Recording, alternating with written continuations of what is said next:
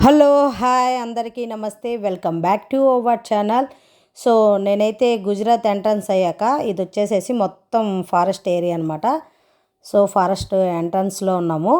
ఇక్కడ నుంచి ఒక 2 hours అయితే జర్నీ ఉంది స్టాచ్యూ ఆఫ్ యూనిటీ దగ్గరకి.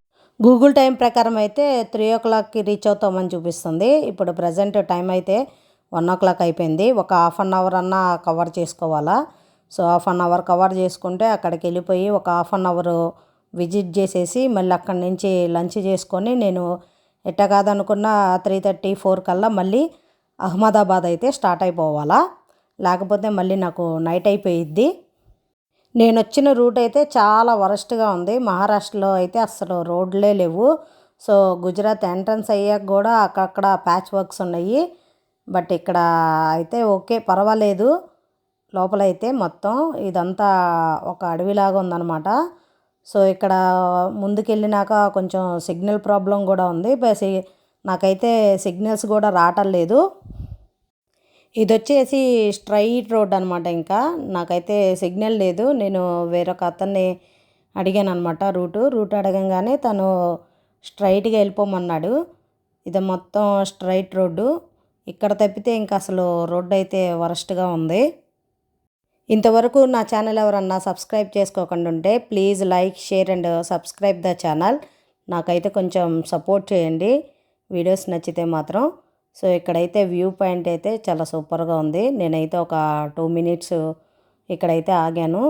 మొత్తం ఇటు పక్క మొత్తం వాటర్ ఉంది. బ్యాక్ సైడ్ అంతా కొండ ఉందన్నమాట, పెద్ద కొండ. ఇక్కడ ఆగేసి కొన్ని స్నాప్స్ అయితే తీసుకున్నాను నేను. ఫొటోస్ అయితే దిగేసి నేను మళ్ళీ రైడ్ అయితే స్టార్ట్ చేస్తున్నాను. సో 2 hours ఉంది ఆల్మోస్ట్. నేను ఎర్లీ మార్నింగ్ 4:30కి స్టార్ట్ అయ్యాను కదా. ఇప్పుడు టైం వచ్చేసి 1 దాటిపోయిందనమాట. సో చాలా లేట్ అయిపోతుంది. ఇక్కడైతే బ్రిడ్జ్ వచ్చేసింది. ఇది నాకు తెలిసి నర్మదా రివర్ అని అనుకుంటున్నా. సో ఇంకొంచెం ముందుకెళ్ళాక అయితే మనకి స్టాచ్యూ ఆఫ్ యూనిటీ వచ్చేసిద్ది. ఇక్కడ నుంచి ఒక 1 hour టైం ఉంది ఇంకా. సో ఈ 1 hourలో అక్కడికి వెళ్ళిపోవాలా నేను స్టాచ్యూ ఆఫ్ యూనిటీ దగ్గరికి. స్టాచ్యూ ఆఫ్ యూనిటీ ఎంట్రన్స్లో అయితే అసలు రోడ్డు చాలా దరిద్రంగా ఉంది.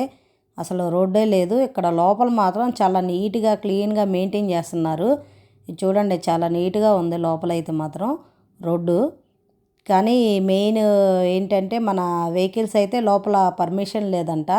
సో నేను పోలీస్ అతన్ని రిక్వెస్ట్ చేసుకుంటే తనైతే నన్ను వెహికల్ లోపలికి వెళ్ళడానికి పర్మిషన్ అయితే ఇచ్చారు. నాకు తెలియక నేను వచ్చేసాను. వెహికల్స్ అన్నీ వస్తాయి ఇలా అన్నట్టుగా వచ్చేసాను అనమాట. సో ఇక్కడ ఏం చేయాలంటే ఫ్రీ బస్సెస్ ఉంటాయి. ఫ్రీ బస్సెస్ దగ్గరికి వెళ్ళిపోయి మనం బస్సులో వచ్చి చూసుకొని వెళ్ళాలి. నాకు తెలియక నేను బండి లోపలికి తీసుకొచ్చేసాను. పోలీస్ అతను అయితే బండి రివర్స్ తీసుకెళ్ళి పార్కింగ్ ప్లేస్లో పెట్టేసేసి బస్సులో అయితే రమ్మని చెప్పాడు. ఇంకా నా వల్ల కాదనుకున్నాను. మళ్ళీ రివర్స్ వెళ్ళి మళ్ళీ ఆ ప్లేస్ ఎక్కడుందో పార్కింగ్ ప్లేస్ కూడా తెలియదు నాకు.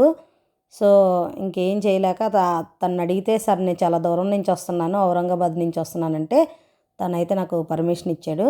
సో ఇంకా బండి వేసుకొని ముందుకు వెళ్తున్నాను. ఎదురుగా కనిపిస్తుంది కదా, నాకైతే చాలా లాంగ్లో ఉన్నట్టు అనిపిస్తుంది. అదే statue of unity, Sardar Vallabhbhai Patel విగ్రహం. ఇక్కడ ఆటోలు కూడా ఉన్నాయి, ఆటో సర్వీసింగ్ కూడా ఉంది. కానీ ఆటోలు మాత్రం మొత్తం డ్రైవర్లంతా అమ్మాయిలే ఉన్నారు. ఆటో నడిపే వాళ్ళంతా మొత్తం ఆల్మోస్ట్ అమ్మాయిలే ఉన్నారు. అట్టనే ఫ్రీ బస్సులు కూడా ఉన్నాయి. నేను మీకు రిటర్న్లో చూపిస్తాను బస్ స్టాండ్ ఎక్కడ ఉందనేది. దీని హైట్ వచ్చేసి 182 meters అనమాట. అట్టనే 557 అడుగులు ఉండిద్ది అనమాట. సో దీన్ని 2018 అక్టోబర్ 31న ప్రధానమంత్రి నరేంద్ర మోడీ గారు అయితే దీన్ని అయితే ప్రారంభించారు. సో ప్రారంభించిన దగ్గర నుంచి దీనికైతే ఇన్కమ్ అయితే ఎక్కడ తగ్గకుండా అయితే వస్తుంది. సుమారు దీన్నైతే 2,989 కోట్లు పెట్టి అయితే నిర్మించారు. ఫస్ట్ స్టార్టింగ్ కట్టేటప్పుడైతే దీనివల్ల యూజ్ ఏం లేదని చెప్పారు. బట్ కానీ ఎవ్రీ ఇయర్ దీని మీద ఇన్కమ్ అయితే పెరుగుతూ వస్తుందన్నమాట. టూరిస్ట్ ప్లేస్గా అయిపోయింది. చాలామంది వస్తున్నారు చుట్టుపక్కల ప్లేసెస్ నుంచి, రాజస్థాన్ నుంచి, అటు సరౌండ్స్లో మనకి చాలా దూరం నుంచి అయితే ఇక్కడ విజిటింగ్ చేయడానికి అయితే వస్తున్నారు. ఓవరాల్ ఇండియాగా అట్టే ఫారినర్స్ కూడా వస్తున్నారు ఇక్కడికైతే. ప్రపంచంలోనే ఎత్తైన విగ్రహం అనమాట ఇది. దీన్నైతే కంప్లీట్గా ఉక్కుతో తయారు చేశారు. ఎటువంటి భూకంపాలు అలాంటివి ఏమన్నా వచ్చినా కూడా చెక్కు చెదరకుండా ఉండిద్ది అనమాట.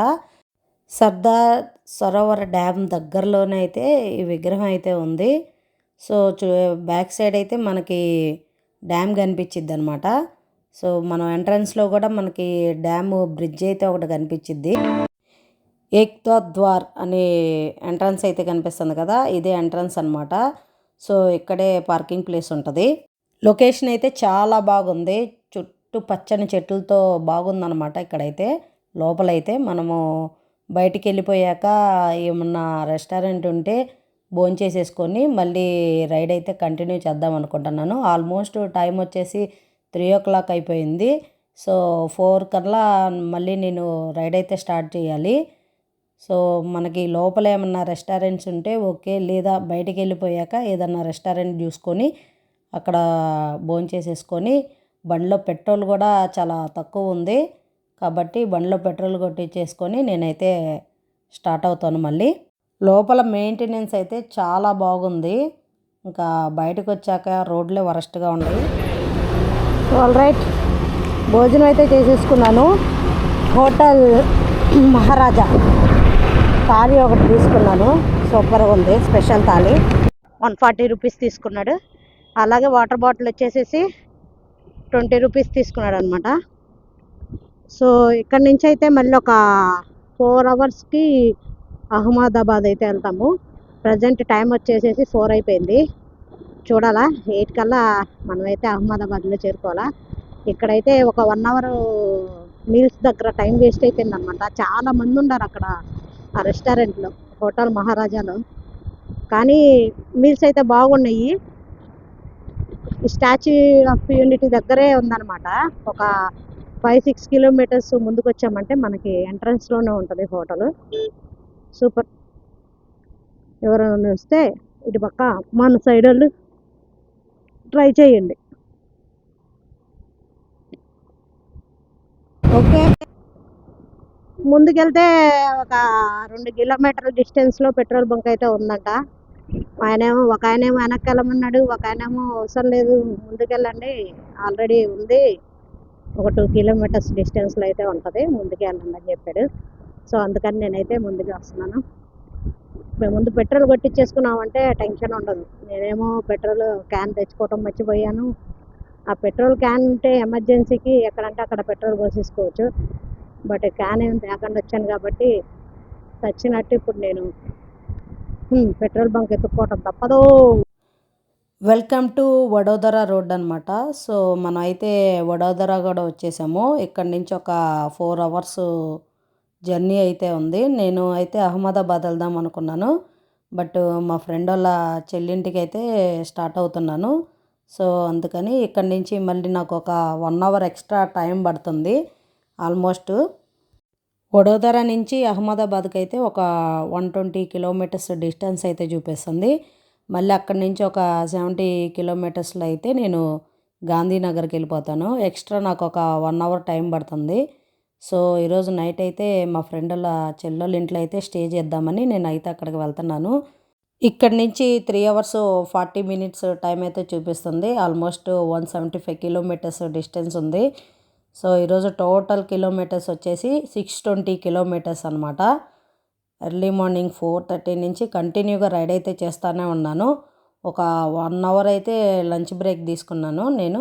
మళ్ళీ బ్రేక్ఫాస్ట్కి ఒక 30 మినిట్స్ బ్రేక్ అయితే తీసుకున్నాను. సో ఆ 2 బ్రేక్స్ ఒక చిన్న చిన్న ఫ్యూయల్ బ్రేక్స్ అయితే తీసుకున్నాను. ఒక 5 మినిట్స్ టు 10 మినిట్స్ అనమాట. సో అది ఈరోజు జర్నీ అయితే. సో ఈ వీడియో కనుక మీకు నచ్చినట్టయితే please like, share and subscribe the channel. మరొక మంచి వీడియోతో మళ్ళీ మీ ముందుకు వచ్చేస్తాను.